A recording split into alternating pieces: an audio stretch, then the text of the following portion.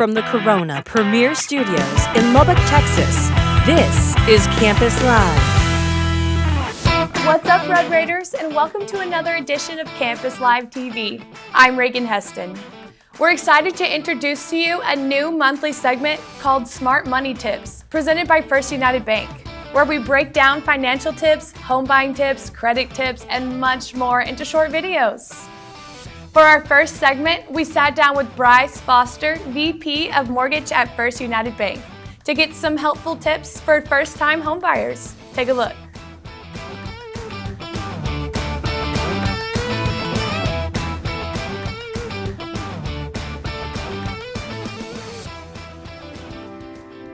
Hey Campus Live, this is Bryce Foster, Mortgage Division Director for First United Bank and Spirit Mortgage.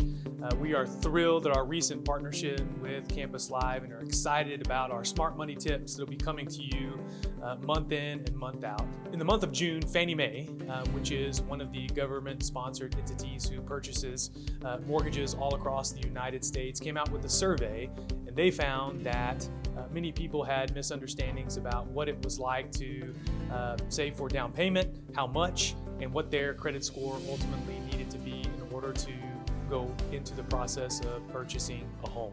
While the higher the credit score, ultimately the bigger benefit that you have in interest rate and qualification, being at 650 is not necessarily a threshold that has to be followed. There are programs that are offered that would allow you to get into a home at a lower credit score than 650. Also, another part of the misconception out there is how much somebody actually needs to save for a down payment. In the olden days, many folks thought that 20% was required to purchase a house. That has not been the case in decades. But even now, after we've gone through the crash and come out on top, many folks think that it is necessary to save up to 10% to actually have as a down payment to get into a mortgage.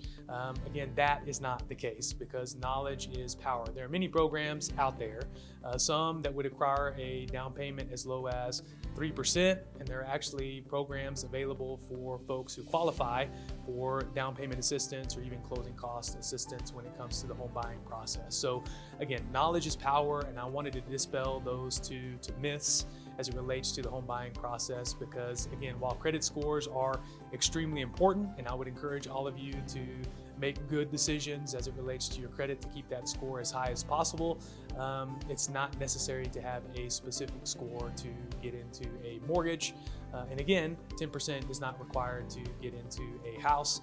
As little as 3% in some cases, based on qualification, you could actually get into your very first house. All right, that's it for this episode of Smart Money Tips presented by First United Bank. We want to know what you think about these financial tips. Let us know in the comments below. And be sure to stay plugged into Campus Live by following us on all of our social media at Campus Live TTU. Until next time for Campus Live TV, I'm Reagan Heston.